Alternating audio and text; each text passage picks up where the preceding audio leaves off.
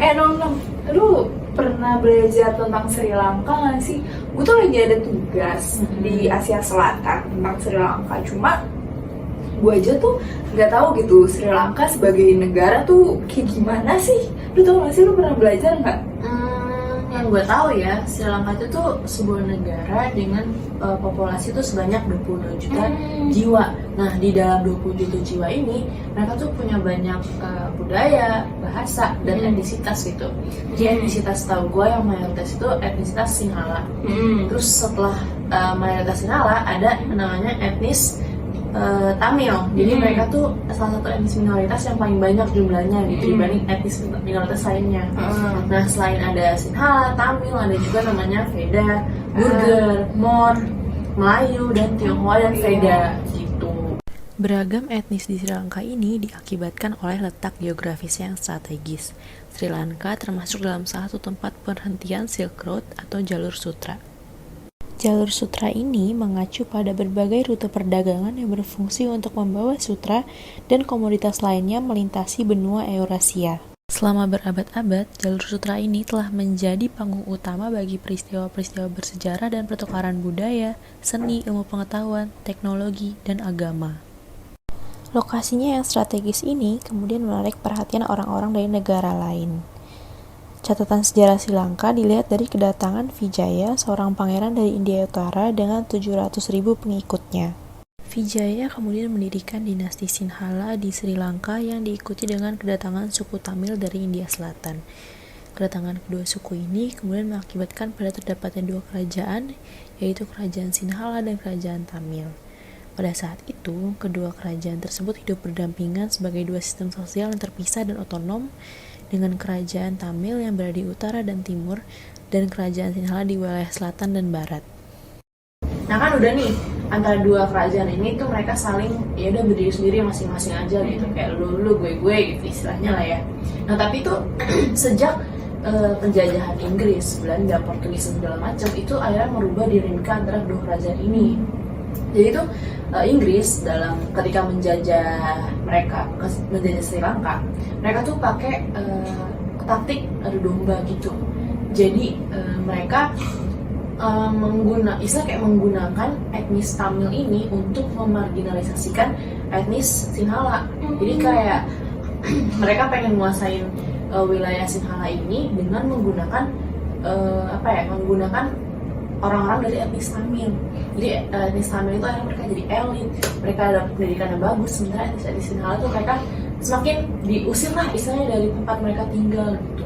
Nah karena adanya perubahan dari mereka yang awalnya setara nih antara kedua kerajaan ini, akhirnya sejak dijajah tidak ada perubahan antara stratifikasi antara kedua kerajaan itu, akhirnya karena Sinhala merasa mereka tuh sangat diperlakukan tidak adil gitu daripada etnis Tamil, akhirnya mereka mulai muncul rasa-rasa kebencian kepada etnis Tamil gitu. Jadi konflik antara dua etnis gitu ya berarti. Terus habis itu mereka perangkah dua etnis itu atau gimana deh? Sebenarnya tuh mereka awalnya masih kayak ketegangan antara dua etnis seperti biasa gitu aja kali ya. Tapi mungkin sejak Inggris udah pergi dari Sri Lanka, saat mereka udah merdeka lah gitu. Saat Sri Lanka udah merdeka, akhirnya mulai ada ketegangan yang lebih intensified. Soalnya kan tadinya mereka masih di bawah Inggris, sekarang Inggris udah pergi. Jadi sekarang mereka bareng-bareng gitu.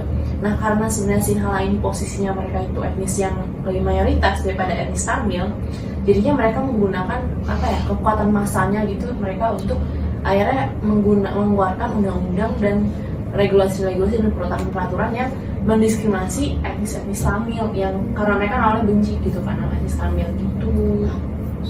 Ketegangan etnis antara Sinhala dan Tamil ini memuncak pada bulan Juli 1983 yang disebut sebagai Black July 1983. Kerusuhan etnis pecah di Colombo dan kota-kota lainnya karena pemberontak macan Tamil atau Tamil Tigers membunuh 13 tentara angkatan darat yang memicu pembalasan dengan kekerasan terhadap warga sipil Tamil oleh masyarakat Sinhala di seluruh negeri.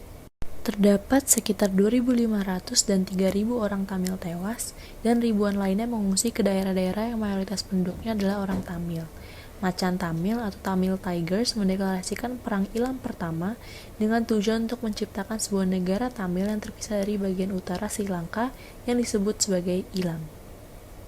Perang Ilam ini terjadi sebanyak 4 kali dengan Ilam War I di tahun 1983 sampai 1987, Ilam War II tahun 1990 sampai 1995, Ilam War III dengan 1995 sampai 2002, dan Ilam War IV pada tahun 2006 sampai 2009. Nah, perang itu terjadi antara Tamil Tigers sama Sri Lankan Army. Nah, Sri Lankan Army ini dikabarkan tuh pada saat itu mereka tuh korup. Jadi perang antara kedua pihaknya itu sangat brutal gitu deh. Terus karena Sri Lankan Army ini mereka itu bagian dari pemerintah, jadi mereka tuh punya impunitas. Nah, pada tahun 2002 sempat ditandatangani gencatan senjata nih antara kedua pihak, jadi sempat damai bentar tuh. Tapi setahun setelah itu, Sri Tamil Tigers tuh mereka mereka mulai menarik diri dari perjanjian gencatan senjata itu karena mereka masih pengen membangun negara sendiri gitulah istilahnya. Mereka masih pengen pisah dari Sri Lanka, jadi mereka masih pengen memperjuangkan itu. Nah, tapi karena Sri Lanka tidak bisa memberikan itu, maka akhirnya mereka melakukan berbagai pelanggaran gencatan senjata. Nah, akhirnya udah nih, datanglah presiden baru namanya Mahinda. Di tahun 2005 tuh dia datang, dan sejak kedatangan presiden tersebut, nah akhirnya mengubah semua kayak usaha dari Sri Lankan Army itu semakin intensified. Mereka semakin istilahnya kayak mereka tuh semakin nggak tolerir lah atas pemberontakan. Terus mereka juga semakin kayak istilahnya menghalalkan segala cara gitu. Kayak misalnya mereka tuh ngeluarin undang-undang namanya Undang-Undang Pencegahan Teroris gitu. Nah, dari undang-undang itu mereka banyak digunakan sebagai kayak alat untuk menangkap atau menghilangkan orang-orang Tamil. Kayak misalkan nih ada random civilian, orang melihat dia random civilian orang Tamil ya, terus orang Sinhalese melihat dia, terus dia kayak bisa aja dia ngomong klaim kalau nih orang nih bisa ngelakuin tindakan yang mencurigakan, yang separatis segala macam itu. Nah, tanpa dasar apapun, pokoknya berdasarkan kesaksian orang itu aja sendiri, orang itu bisa dipenjara, bisa ditahan sama negara.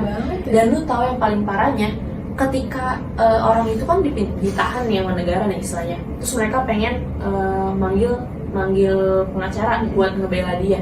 Pengacaranya ini pun kena juga. Pengacaranya dibilang mereka sebagai simpatisan Tamil. Dan lu harus tahu, pas tahun 2008 bahkan Kementerian Pertahanannya itu mereka nge-publish list isinya tuh nama-nama pengacara yang membela orang-orang itu dan pembela kelas manusia. Makanya sangat represif kan. Nah, dengan tindakan represif pemerintah, terus juga pemerintah pada saat itu mereka tuh dapat persenjataan dari Tiongkok dan juga dari Pakistan, akhirnya bisa tuh di Sri Lanka akhirnya bisa mengalahkan Tamil Tigers ini. Pemimpin Tamil Tigers terbunuh dan pemerintah Sri Lanka mendeklarasikan kemenangannya pada tanggal 19 Mei 2009. Gitu sih, Ge. Oh, tentang perang itu gue juga baca sih waktu itu, karena itu juga nyangkut sama tugas gue gitu. Tugas lo tentang apa sih, Ge? Tugas gue tuh disuruh buat ngejelasin tentang Sri Lanka yang sekarang tuh bangkrut. Bangkrut? Bukannya mereka lokasi strategis, mereka masa makmur gak sih? Iya sih, tapi tuh kalau dari yang gue baca ya, jadi Sri Lanka ini tuh punya ideologi, nama ideologinya tuh neoliberalisme gitu setelah mereka perang. Nah, setelah mereka perang juga sebenarnya mereka tuh punya kesempatan untuk dikasih utang dari IMF gitu. Nah, tapi gimana cara mereka itu bisa dikasih utang adalah IMF itu ngasih mereka syarat supaya mereka tuh bikin reformasi ekonomi. Nah, reformasi ekonominya itu berbentuk budget defisit dan fiskal defisit gitu. Nah, tapi sayangnya kayak reformasi ekonomi ini nggak berjalan dengan mulus gitu di mereka, karena ada hal-hal kayak kesalahan manajemen kayak gitu-gitu. Karena katanya sih si presidennya ini itu tuh bikin pendapatan negara mereka itu kebanyakan buat ngebangun infrastruktur yang sebenarnya tuh terlalu mewah dan kayak nggak cocok aja gitu sama pendapatannya mereka. Nah, selain itu juga, di 5 tahun terakhir kepemimpinannya Mahindra ini, performa kebijakan fiskal di Sri Lanka itu selalu ngalamin defisit. Contohnya itu, kayak pendapatan pemerintahannya Sri Lanka itu jumlahnya 257 miliar, tapi belanja pemerintahnya itu malah 416 miliar.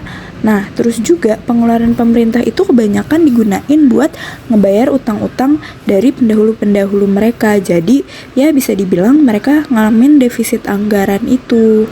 Terus juga buat ngebiayain defisit itu, Sri Lanka tuh malah menyetak uang lebih dari biasanya. Padahal itu tuh kayak nggak sesuai gitu sama nasihatnya IMF. Nah, tapi Sri Lanka malah kayak nggak mengindahkan nasihat itu dan malah ngelakuin pencetakan uang sebanyak 119 miliar di 2022. Itu tuh juga diperparah sama kondisi mereka di masa pemilu 2019-2020, di mana orang-orang tuh yang jadi calon-calon presiden tuh pada ngelakuin kampanye gitu. Nah, salah satunya ada orang namanya itu Gotabaya Rajapaksa. Dia itu ngelakuin kampanye dengan bilang kalau dia itu akan, ketika dia jadi presiden, dia itu akan motong pajak gitu. Dan akhirnya ternyata dia menang jadi presiden. Dan ketika dia presiden, dia itu ngangkat kakaknya sendiri buat jadi perdana menteri gitu loh. Berarti itu dinasti politik gak sih?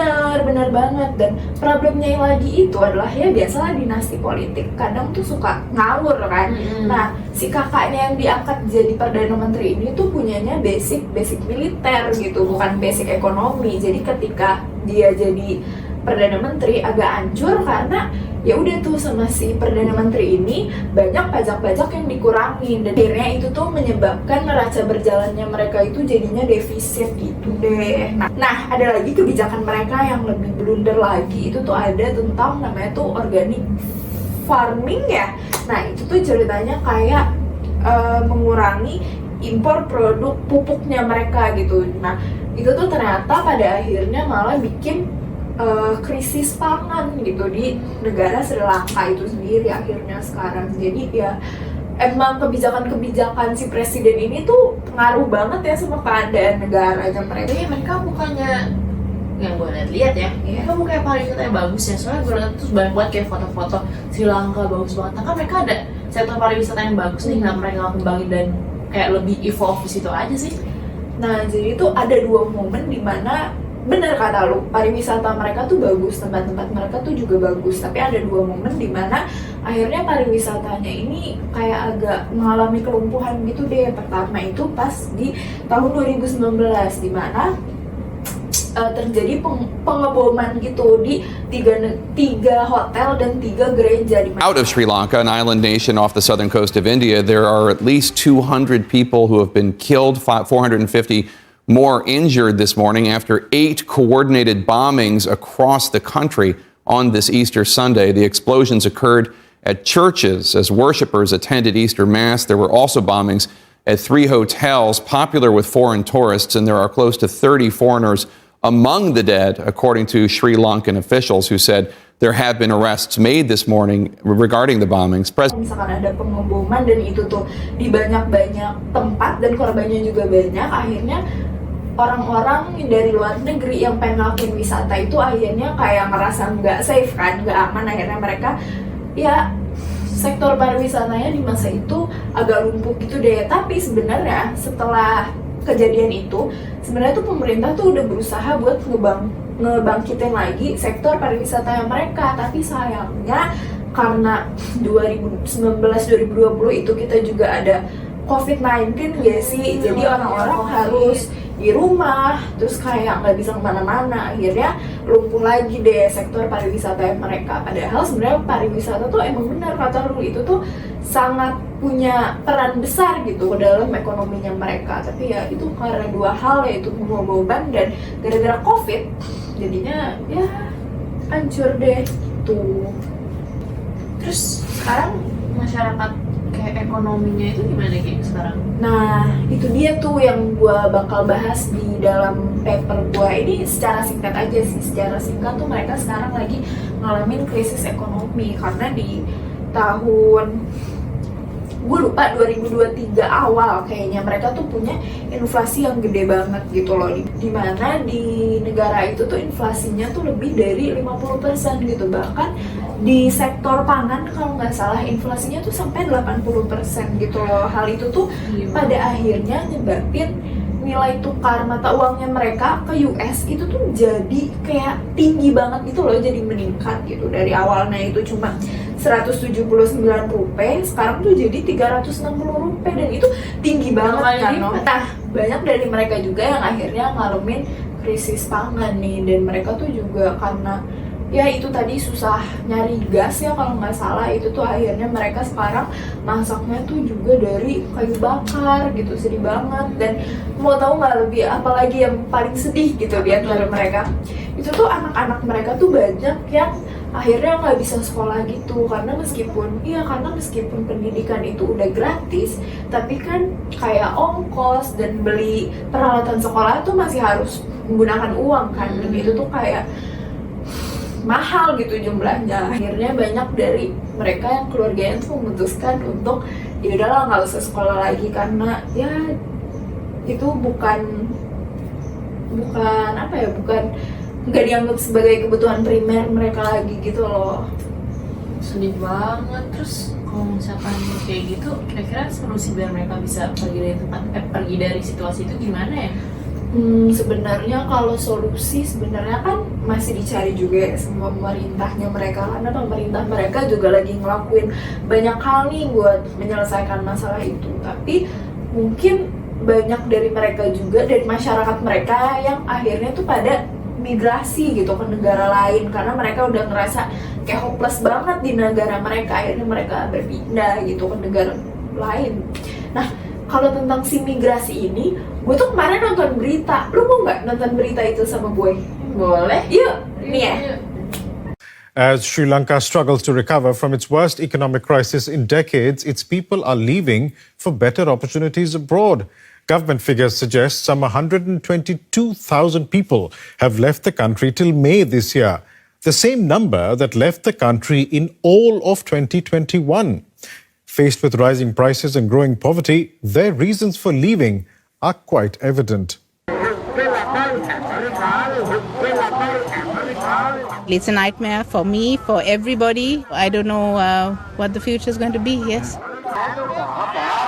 It's not just the poor or the rich, everyone's affected.